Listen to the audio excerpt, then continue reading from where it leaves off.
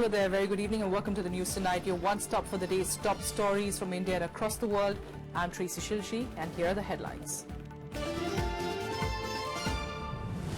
The upper house adopts the motion of thanks on the president's address. Prime Minister Narendra Modi replies to the debate, defends his decision of demonetisation, but the opposition parties stage a walkout.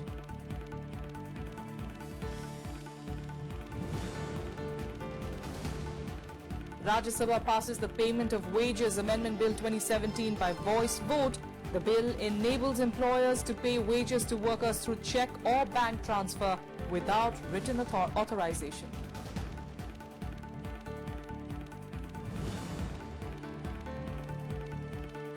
RBI keeps repo rate intact at 6.25%, decides to increase ATM withdrawal limit to 50,000 rupees from the 20th of February, even as it revises growth forecast for the current year to 6.9% from 7.1%.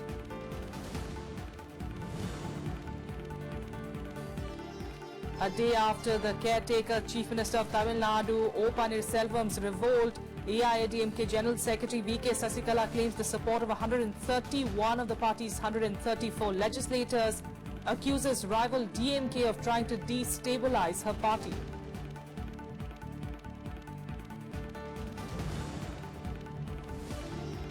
And the 7-judge bench of the Supreme Court issues contempt notice against sitting Calcutta High Court Judge C.S. Karnan, orders him to appear in person before the bench on the 13th of February.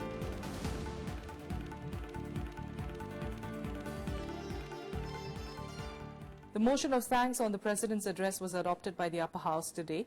Prime Minister Narendra Modi replied to the debate and defended the decision of demonetisation. However, the opposition parties, including the Congress, Samajwadi Party, the JDU and left parties, walked out of the House. भ्रष्टाचार और काले धन के खिलाफ लड़ाई ये कोई राजनीतिक लड़ाई नहीं है, किसी राजनीतिक दल को परेशान करने के लिए लड़ाई नहीं है और ऐसा सोचने का कारण भी नहीं है और इसलिए किसी ने इस बात को अपने साथ जोड़ने का कोई कारण नहीं बनता है. Replying to the discussion on the motion of thanks on the President's address, Prime Minister Narendra Modi said the fight against corruption is not a fight against any one political party. He also defended the autonomy of the RBI, saying the government does not interfere with its working. मुझ पे हमला हो, हमारी party पे हमला हो, सरकार पे हमला हो, बहुत स्वाभाविक है, वो चलता रहेगा अपना. लेकिन रिजर्व बैंक को घसीटने का कोई कारण नहीं, रिजर्व बैंक के गवर्नर को घसीटने का कोई कारण नहीं. हमने ऐसी इंस्टीट्यूशंस की मान मर्यादाओं का पालन करने में हम लोगों का योगदान होना चाहिए. और इसके पहले गवर्नर थे तब भी कुछ लोगों ने आवाज उठाई थी, मैंने उसका भी विरोध किया था कि शोभा नहीं देता. ऐसी चीजों को विवादों से परे रखना चाहिए. बाकी सरकार की व्यवस्थाएं हैं वो चलती रहेगी, उसको हमने करना चाहिए. The Prime Minister also took a dig at his predecessor Dr. Manmohan Singh, leading to a strong objection from the Congress party, which later walked out in protest. राजनेताओं ने डॉक्टर साहब से बहुत कुछ सीखने जैसा है.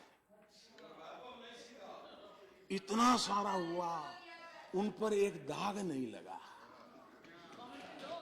The discussion on motion of thanks for President's address was started by Law Minister Ravi Shankar Prasad. Vishal Daya's report for Rajya Sabha TV. And the Parliament passed a bill seeking to enable the centre and state governments to specify industrial units which will have to pay wages only either through cheques or by transfer into bank accounts. The Payment of the Wages Amendment Bill 2017 was passed by voice vote in Rajya Sabha on Wednesday. The bill also enables employers to pay wages to workers through cheque or bank transfer without their written authorisation. The bill was passed in Lok Sabha on Tuesday. The government also tried to allay apprehensions of members that the bill will take away workers' rights to get their wages in cash, saying instead it will improve compliance of labour laws. Labour Minister Bandaru Dattatreya had introduced the bill in Lok Sabha on the 15th of December 2016, just before the winter session had ended. The government had then taken the ordinance route. It is going to strengthening his payment of wages, and that too the minimum wage. As minimum wage, our people are telling, in 11 years, the minimum wage was not increased. This government, led by Narendra Modi ji, have increased the unskilled agriculture C category worker have increased to 42% in this year. The Reserve Bank of India kept repo rate intact at 6.25% in its sixth bi-monthly policy review, but the central bank changed its policy stance to neutral from accommodative. The RBI has also decided to enhance the ATM withdrawal limit to 50,000 rupees from the current 24,000 rupees, effective from the 20th of February.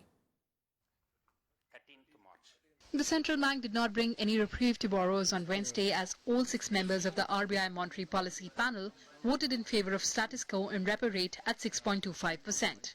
The RBI also brought down its growth forecast for the current year to 6.9% from 7.1% projected earlier. The central bank opted to gauge inflation trends and the impact of demonetisation on economic growth. A clear assessment of the evolving macroeconomic configuration, at least in the short run, remains clouded by the transitory effects of demonetisation.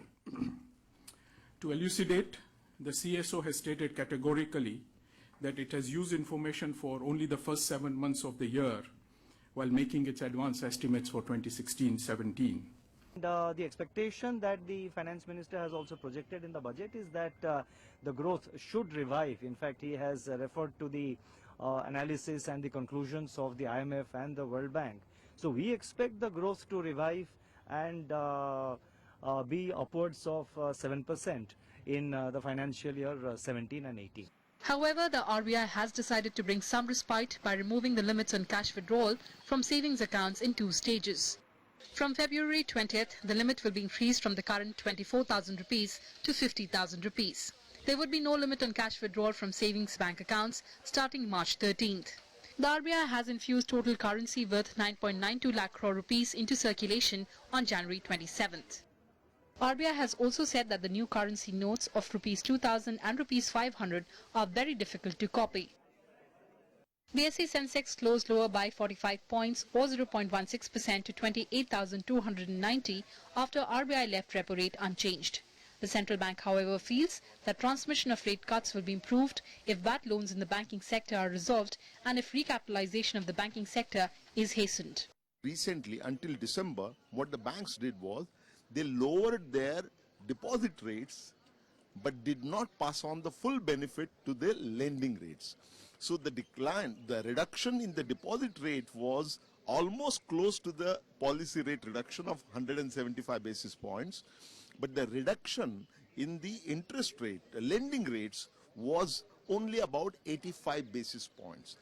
The RBI has also decided to set up a committee on cybersecurity to suggest steps for checking online frauds. It will also establish a separate enforcement department to ensure compliance.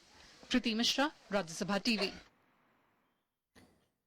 And now to Tamil Nadu, where the AIADMK General Secretary V K Sasikala staged a show of strength after a late-night rebellion by Chief Minister O Panneerselvam. Reports say that over 100 MLAs showed up at Poyes Garden residence of Jayalalitha to rally behind Sasikala. At a dramatic press conference yesterday, Panneerselvam claimed that he was the chosen successor to the former Chief Minister who died in December. Sasikala today announced that Panneerselvam will be expelled from the party.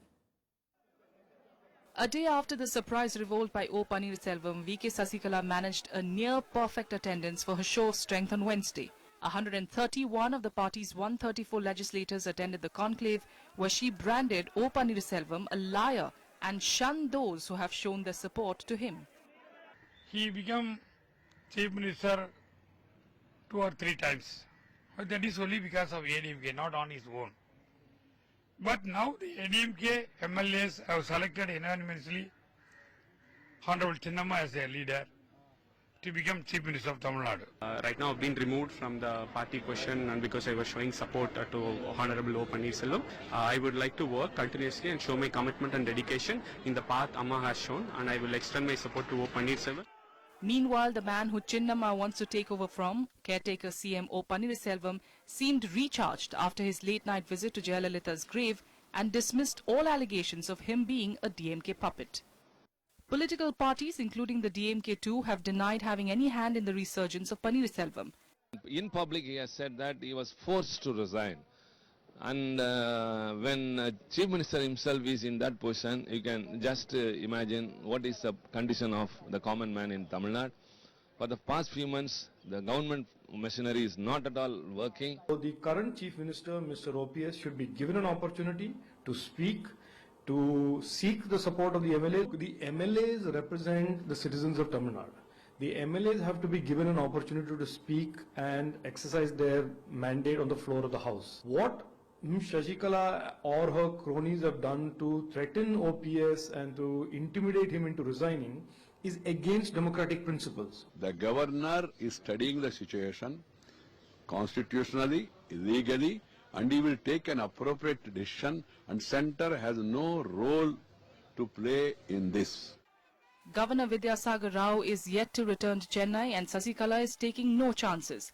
Reports suggest DMK legislators have been moved to an undisclosed location to prevent poaching by other parties or being influenced by Panneerselvam. Bureau Report, Rajya Sabha TV. The Supreme Court today issued contempt notice against sitting Calcutta High Court Judge Justice C.S. Karnan. A 7-judge bench headed by Chief Justice J.S. Kheher also asked him to refrain from handling any judicial and administrative work while ordering him to appear in person on the 13th of February to argue his case. Before the court issued the order, it heard Attorney General Mukul Rohatgi on the issue. Rohatgi said that Justice Karnan made disparaging corruption allegations against his colleagues and former High Court and Supreme Court judges. The High Court judge has reportedly written to Prime Minister Narendra Modi, Law Minister Ravi Shankar and the CJI, accusing sitting and retired judges of corruption. We'll keep an eye on the developments there. Now let's get you all the latest from the poll-bound states.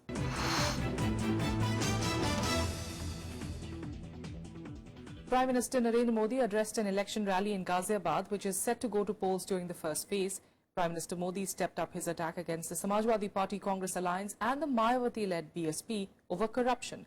Taking a dig at the ruling SP, Modi said that the law and order situation of the state is in a sorry condition. The BJP star campaigner, Prime Minister Narendra Modi, addressing a rally in western UP's Ghaziabad district. With less than 24 hours to go till the end of campaigning in the state, Modi urged people to rise above caste and vote for development. He also promised a CAG audit of every development authority in the state if voted to power.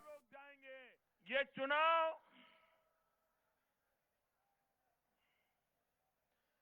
14 साल से उत्तर प्रदेश में जो विकास का वनवास है, उस विकास के वनवास को समाप्त करके 14 साल के बाद फिर उत्तर प्रदेश में विकास की धारा बहाने का चुनाव है. Hitting out at his rivals, Modi accused the Samajwadi Party of sheltering goons. He questioned the state government's record on women's safety, claiming that women did not go out after evening while girls were scared of going to school. Modi also alleged that the Samajwadi Party government had made job recruitments a source of earning money. Akhilesh ji जब चुन करके आए, हमें लगता था ये नौजवान है, कुछ पढ़ा लिखा है, जरूर कुछ उत्तर प्रदेश में अच्छा करने की कोशिश करेगा. लेकिन 5 साल के भीतर भीतर आपने निराश करके रख दिया, उत्तर प्रदेश का विनाश करके रख दिया.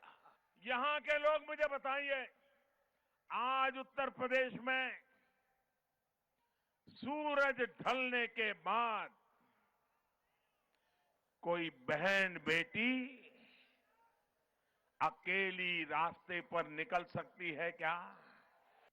Taunting Akhilesh Yadav over the Congress-SP alliance, Modi said the UP Chief Minister was clinging to whatever support he could get. He further claimed that the ruling Samajwadi Party had shut down industry in the state. Bureau Report, Rajya Sabha TV. Meanwhile, the Congress on Wednesday released its manifesto for Uttar Pradesh that focuses on economic empowerment of women and child development. The manifesto focuses on youth, farmers and Dalits. The party also announced free bicycles to girl students from classes 9 to 12th and rupees 3 lakh grants to scheduled caste youths to start a business and loan waiver for farmers.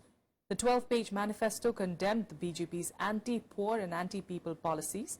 Congress State President Raj Babbar released the poll manifesto in the presence of senior party leaders including Ghulam Nabi Azad, Ashok Gehlot, Salman Khurshid and Sheila Dikshit. The state will go to polls on the first phase, which will take place on the 11th of February. हमारी बहनों के लिए, बच्चियों के लिए शिक्षा, राजनीति और आर्थिक नीतियां बनाएंगे और समाज के हर एक वर्ग को बराबर के अवसर प्राप्त किए जाएंगे। विशेष रूप से किसानों, मजदूरों, वर्कर और जो गैर संगठित संस्थाएं हैं, उनके लिए अलग-अलग कार्यक्रम बने हैं।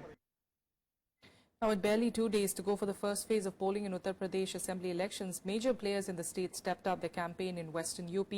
The UP Chief Minister Akhilesh Yadav himself said that the Samajwadi Party will create history by retaining power in the state. He was addressing a rally in Bijnor, claiming that the party faces no competition in UP this time. Akhilesh also promised to provide pensions to women from poor families and employment to the youth.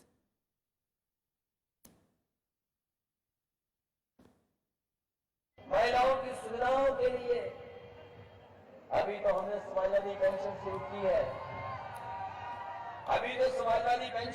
की है। और 500 रुपया महीना दे रहे हैं। हमने तय किया है आने वाले समय में समाजवादी सरकार बनेगी तो हमारी तमाम गरीब महिलाओं को 1000 रुपया महीना समाजवादी पेंशन देने का इंतजाम होगा। गाँव में हमारे 16, 14 और 18 घंटे बिजली पहुंचा रहे हैं। आने वाले समय में सरकार बनेगी तो शहरों में 24 घंटे और गांव में भी 24 घंटे बिजली उपलब्ध कराने का काम चला। Well, Congress Vice President Rahul Gandhi also addressed an election meeting at Hathras and taking a dig at the Prime Minister. He said that his promise of Achhe Din had come true only for industrialists and not for farmers of this country. Expressing confidence that the SP Congress combined will form the next government in UP, Rahul said that there was a wave in favor of the alliance in the state. The Congress leader also addressed rallies in Bulandshahr, Hapur and Ghaziabad.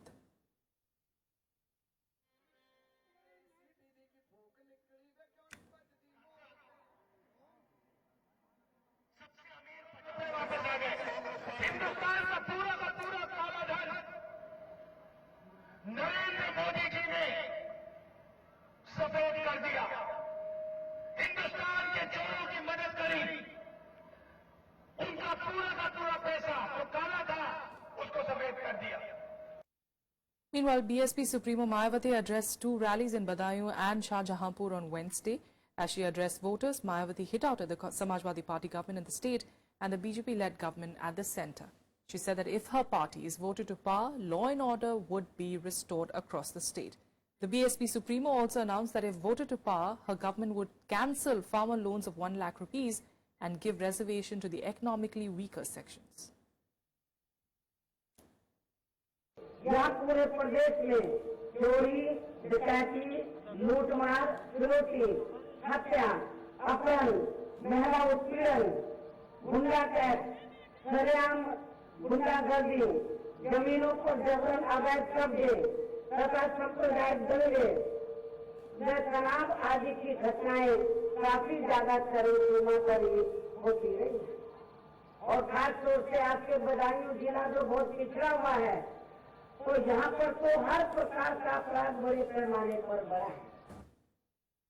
Meanwhile, BJP President Amit Shah addressed an election rally in Hathras and addressing voters, Shah hit out at the Congress SP alliance and the BSP, saying that these parties had sacrificed development of the state for their own profits. 11 तारीख को आप vote करने जाइए तो vote इसलिए मत करिएगा भाजपा के लिए कि बहन प्रीति चौधरी जी को आपने एमएलए बनाना है, यहाँ के एमएलए को निकालना है, उसलिए भी वोट मत करिएगा। मुख्यमंत्री बदलने के लिए भी वोट मत करिएगा। उत्तर प्रदेश की जनता को मैं अपील करने आया हूं, उत्तर प्रदेश का भाग्य बदलने के लिए भारतीय जनता पार्टी को वोट करिए। All right, with that, we'll take a quick break here. We'll be back with more news in a bit. Stay with us.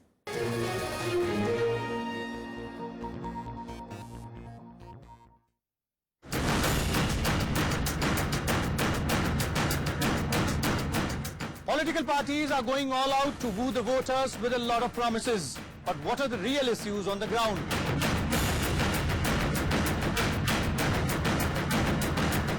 Watch Big Picture with me from the city of Taj, Agra, only on Rajya Sabha television.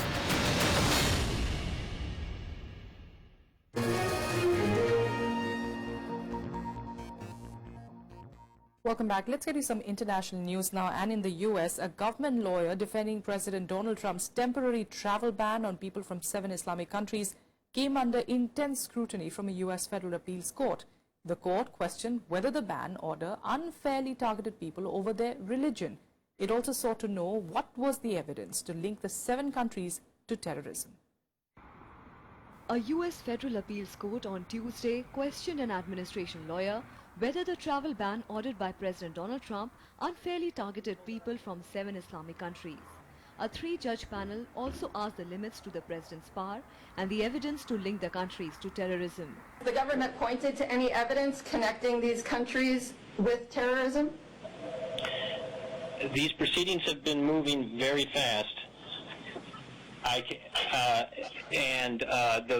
The strongest point on that is that in 2015 and 2016, both Congress and the administration made determinations that these 7 countries posed the greatest risk of terrorism, and in doing so restricted visa waiver to people who had even traveled to those countries over the last 5 or 6 years. During the oral arguments lasting over an hour, the Justice Department urged the judges to reinstate the ban order. Under Section 212F, Congress has expressly authorized the President to suspend entry of classes of aliens when it is necessary or when otherwise it would be detrimental to the interests of the United States. That's what the President did here. Solicitor General for Washington, which is one of the 2 states challenging the ban, asked the court to serve as a check on executive abuses. That judicial role has never been more important in recent memory than it is today. But the President is asking this court to abdicate that role here, to reinstate the executive order without meaningful judicial review, and to throw this country back into chaos. The court said it will issue a ruling as soon as possible, but the matter is ultimately likely to go to the US Supreme Court. A federal judge in Seattle suspended Trump's order last Friday, giving window to many travelers to enter the US as the order remained in limbo. The order, passed on January 27th by Trump, has since sparked protests in the US and across the globe. Bureau Report, Rajya Sabha TV. And here are more international news updates in Global Buzz. At least 15,000 residents of a small town near Maleda have lost their homes in a fire that raged overnight before being put out on Wednesday morning. About 1,000 homes were gutted in the compound. The cause of the fire is being investigated, but 3 evacuation centers have been opened and food and water are being provided to the 3,000 families who lost their homes.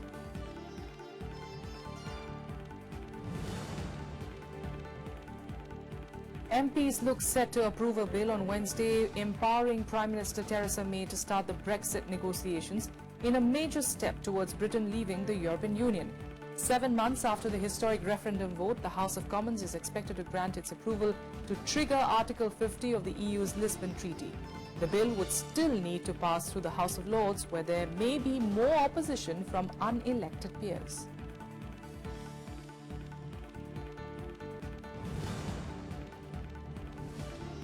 Foreign ministers of Egypt and Jordan met on Wednesday to discuss regional issues including Syrian conflict and Israeli settlements in the occupied West Bank and East Jerusalem. The 2 foreign ministers also discussed the Israeli-Palestinian conflict. Egyptian foreign minister reiterated that Israeli settlements were illegal according to international laws and said that the solution to the problem must be sought. Israel had passed a law on Monday legalizing about 4,000 settler homes built on privately owned Palestinian land in the occupied West Bank region, a measure that has drawn international concern. And here are more updates from the world of sports in SportsBeat. India will look to continue its unbeaten run in Test cricket as they take on Bangladesh in the only test at Hyderabad starting on Thursday. It will be a historic moment for Bangladesh as they play a test match on Indian soil for the very first time. India, on the other hand, are in superb form, winning 7 out of the 8 matches against New Zealand and England.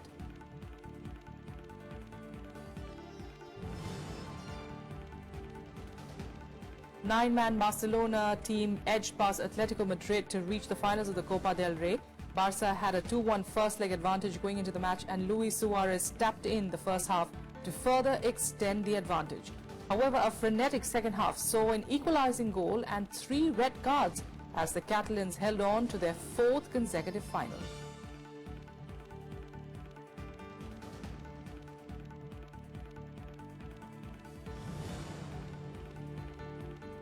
Bayern Munich captain Philipp Lahm has said that he will retire from football at the end of the season.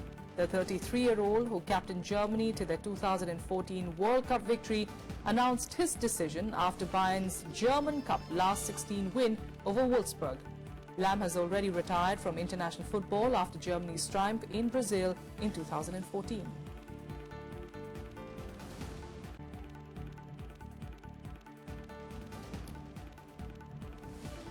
And that's all we have for you in the news tonight. From the entire team here, good night. We'll see you again tomorrow.